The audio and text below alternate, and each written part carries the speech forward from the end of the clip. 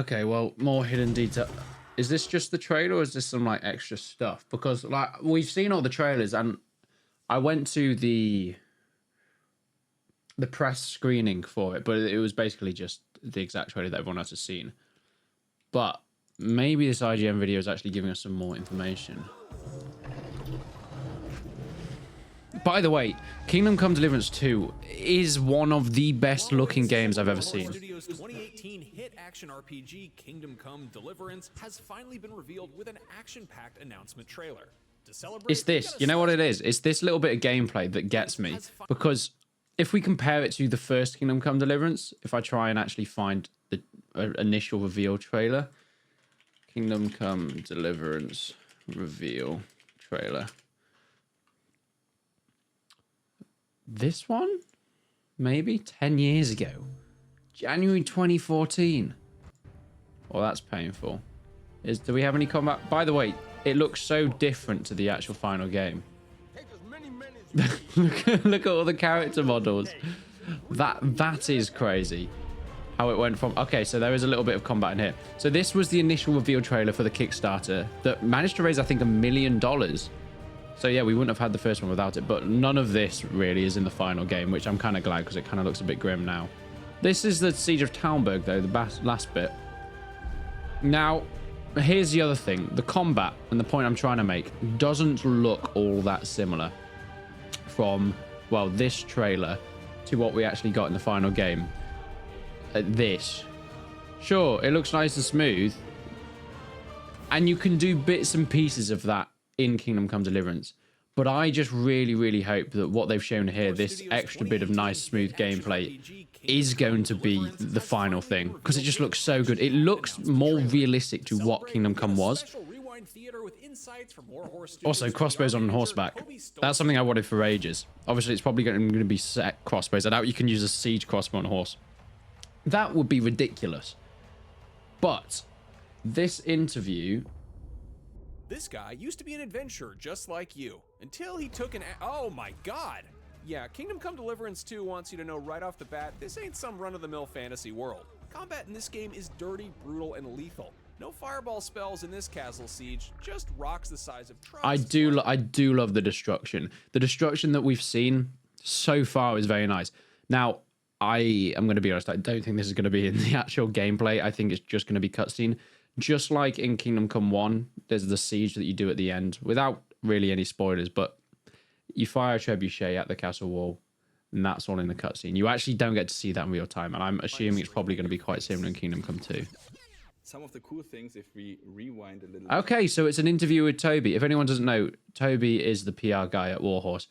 I've spoken to him a few times. He's a very nice guy, but he also does all this stuff. He did the reveal and all that kind of stuff. So if anybody knows what they can and can't say, it is him. We saw right in the first scene of the trailer the boomstick, or early gunpowder weapon, which is something that we introduce this time in Kingdom Come Deliverance 2. And it is a pretty devastating weapon, but chances are that you blow up yourself as well, and maybe that is even in the game. Who knows? Well, if you're saying that, mate, it's obviously going to be in the game, or at least I hope it is. Now, so the early hand cannons or firearms, from what I'm aware, they're going to be pretty rare. You're not going to be finding them everywhere, which might be good. I mean, this is 1403. Maybe we've gone into 1404 now. So, you know, very early 15th century medieval. Handguns are still very primitive. And like he says, there's a lot of backfire. You're probably going to be causing a lot of damage to yourself more than anyone else. But they will be in the game, and they will be, I think, in set missions, or at least I think there might be like one in a hidden area. But it looks like they are implemented in the story as well. So hopefully at one point there'll be a mission when we're given a handgun. But it's mostly, in terms of new additions, there's going to be new melee weapons. We saw some maces, some axes and things like that. And the crossbow, which I think is going to be way more common, especially now we're going into Kuttenberg, which is the new city that it's set in. There's going to be a lot more in terms of siege stuff, and siege crossbows hopefully can come into it that. By the way, there are 2 maps in this, not the same as the first one where you have your countryside map and then a little bit in towns. This is Kuttenberg, which is a huge city, And then we also have the countryside, which is a really cool addition. Double the size of the first game. That's the countryside map. While a church bell rings ominously, we see some of the local culture. The 15th century medieval setting is practically its own character in the game, and the dev team aimed for authenticity down to the He's back. Mark, whatever his name is, the main villain. Based on real events. And that's Gutenberg. That's the second map as well, which I think is where most of the story is going to be set. And to make sure that we get it right, we are working with in-house historians. And for us, it's really important to find the right balance between realistic and fun. Here we have a shot of the city of Gutenberg, a silver mining city constantly mentioned in the first game, but never seen. It's fully realized here in the sequel as a massive metropolitan locale that you can explore freely. In fact, the map in KCD2 is double the size of the previous games. Yes.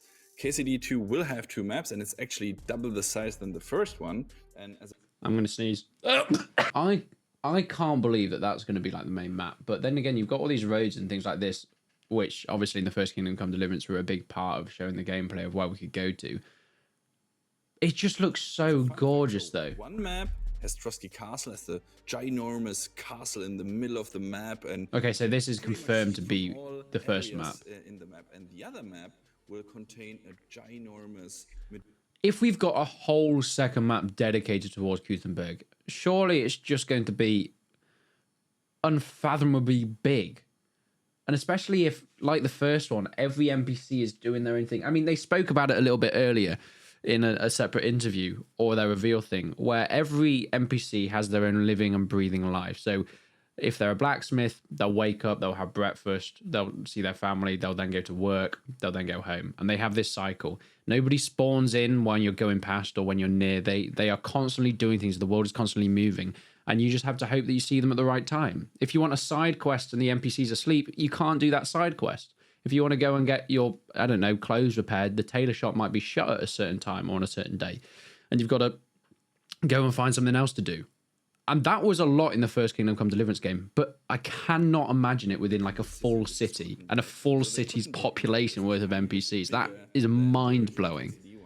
And the Trotsky map is a tiny bit smaller than KCD, and together you have roundabout twice the size. What is cool is that you can always travel in between those 2 maps. And what is so the city map is slightly smaller than the main Kingdom Come Deliverance map. That is still huge for just a city. I'm imagining it's including the outskirts as well. It's also going to be interesting to see how they actually approach the transition between the maps. Whether it is going to be full loading screens or they're going to do something kind of smart with it. Whether it's going to be story-based, moving between the maps, or that's going to be something that you can choose whether you want to go out into the countryside area or whether you're, you know, playing in the city. It's really cool for the gamers out there. There's only one loading screen when you travel between those maps. Other than that, no loading screens. Okay, well, I wish I'd watched this video before. I guess this is the point of a first-time reacts, but yes, one loading screen between the 2. Nice. I like the idea of that. We go back a little bit. Blacksmithing, another interesting feature that finally will be added to Kingdom Come Deliverance 2. And we have this bold mustache dude here, Marquardt von Aulitz, antagonist from KCD1. You don't need to know Kingdom Come Deliverance 1 to understand the situation. I think that's an important factor because there will be a lot of people coming to this game afresh. And because Kingdom Come Deliverance 1 was pretty popular, but it wasn't as mainstream as I think this one is going to be just because of, well, there's over 250 people working on the team as opposed to 11 who started the first one. It's going to be a much bigger audience, a much bigger game, and because of the budget, advertised much more. So there are going to be a lot of people that come into it without that backstory. And I think it is unfair to expect people to play the entirety of the first game because it is an incredibly long game and it is quite niche as well. I mean, the intro is about 3 hours. And there's so many little nitpicky bits with that story where it's a pretty well-written story. It's pretty good. The characters are fantastic. But I think for a lot of players, there are too many issues to actually complete that story, especially in the end game. There's a section where you're preparing a trebuchet to try and siege this castle. But just to extend the game a little bit more, they make you travel across the map to tell someone something or collect some extra bits, and then you can come back and finish that main story bit. And there are little bits like that in the first Kingdom Come Deliverance that I think put a lot of people off. So yeah, I'm glad that you can jump straight into this one because I think there'll be a plethora of people that play this one, but not the first one. We're trying hard to make sure that the entrance is easy enough for newcomers and it's written in a way that everyone should immediately. I wonder who these two guys are at the back. I don't know if we've actually seen them before. I think this guy on the right we might have seen before, but this guy on the left, I've not noticed his armor before. That's goddamn beautiful armor. But yeah, this guy in the middle, Mark von Baldy Manface. He was sort of the right-hand man, or like the pre-boss to King Wenceslas, who's in the invading army, I think. And he's like the pre-boss guy who's basically doing all his dirty work for him. And the guy that kills Henry's parents at the start of the first game. Spoilers. Killed your parents. There we Finally, go. our hero More Henry spoilers. gets his intro. Henry, son of a blacksmith, was the He also protagonist looks of the so different. I know it's just the modeling and it's just been improved, but he also looks really buff now. And I guess that is kind of to show that he has made friends with people like Sir Hans Capon, and he's got a bit of money now. He's almost, well, he's not officially a knight, but he's getting to that point. So I guess he's put on a bit of weight. Rose from mere peasant to a man at arms. He just looks so. I mean, I think. Can I show? Let's go back to that screen there. Henry, Kingdom Come Deliverance. If we have a look at a picture of Henry in KCD1, I mean, come on, man. Look at that. That compared to... Go away. That compared to that. He looks a lot better. He looks a lot more healthy, I'm going to be honest. But yeah, even in 2018, it was on CryEngine, and I thought it was a good-looking game, but it's a very good-looking game Man at now. arms over the course of the story. But few heroes' journeys end forever, especially if that to a man at arms over the course of the story. I have actually wondered, like... But few heroes' journeys... Can we see who this is? In fact, he's got yellow armor, which... it's a yellow Gambison. I mean, there's a possibility it's Hans Capon. He's not dead, though, which is a good sign. It's unlikely it will be Hans Capon, but he is... Okay, maybe he hasn't been killed. I think that's part of the story where, obviously, Henry's been hunted down with his friend has been killed. I hope it's not Hans Capon. That would be sad to kill him off, but I think he's too much of a main character. He gets robbed, and of course, everything goes down the drain. Kuttenberg is being sieged by wait. King Sigismund. It is.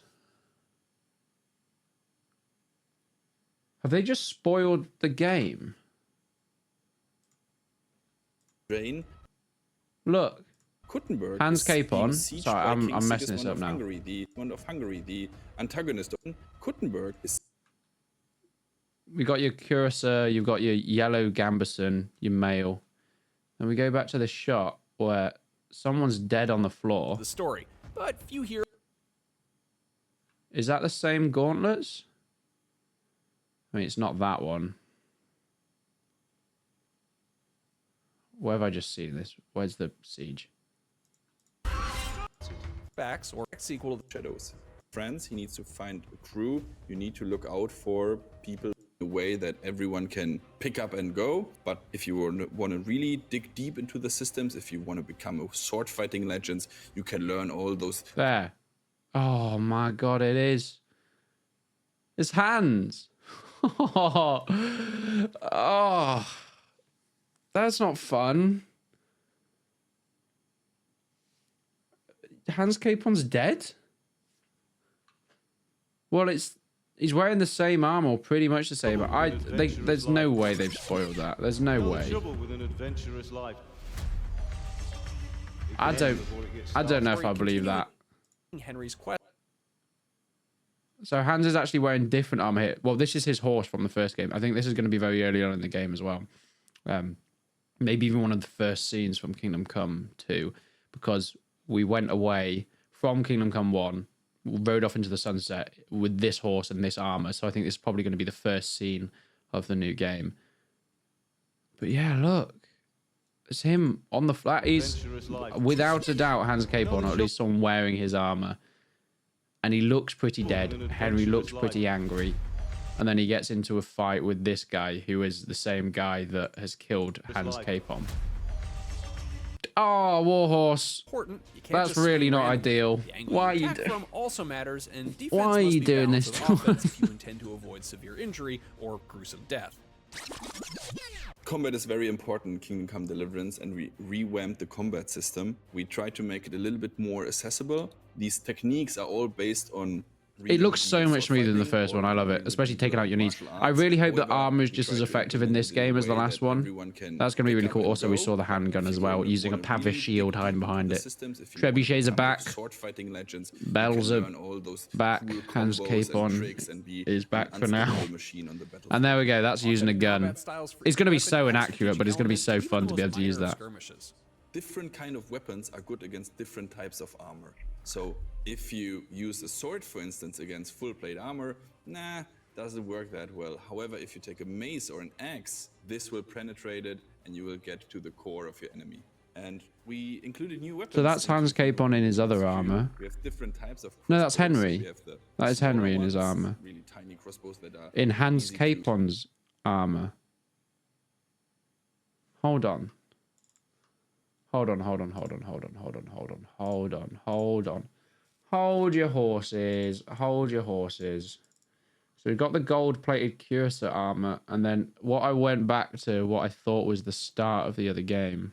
The start of the game, sorry. The first game's story, continuing Henry's quest for... That is Hans, because that's Hans Capon, because that's his horse. That was the armor he wore at the end of the first game. Henry's wearing his armor. Oh, man. There's no way that this is actually game spoilers, right? There's no way they do that in the trailer.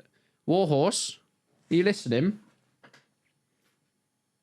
There's no way you've done this. I promise, there's no way you've done this. We have different types of crossbows, so we have the smaller ones. I'm just going to pretend that it's different in the custom armor. Let's just hope, because that would be a horrific spoiler.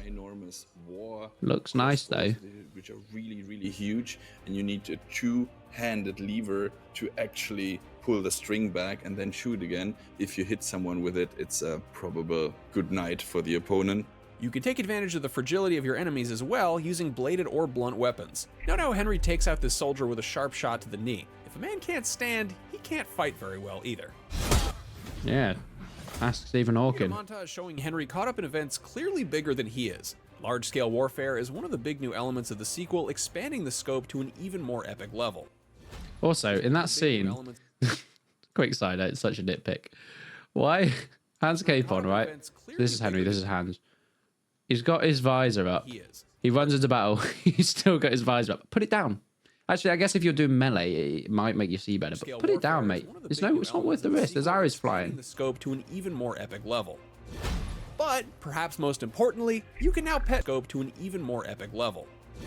But see, that's Hans Capon in his armor with the plates with the golden strips down it lining. That is Hans Capon. You can tell by the haircut, and of course, that's his horse as well. Perhaps most importantly, you can now pet dogs. Oh, good boy. But not only the dog, also the horse. I love this armor as well. It's really nice. It's really, really nice armor. Bastard and an orphan? Anyway, that's Kingdom Come Deliverance 2. I really hope that we haven't just found some spoilers to it. Please, Warhorse, actually don't respond to it. I don't want to know. I guess we'll find out when we find out. It's the way it is. But yeah, that's IGN's first look.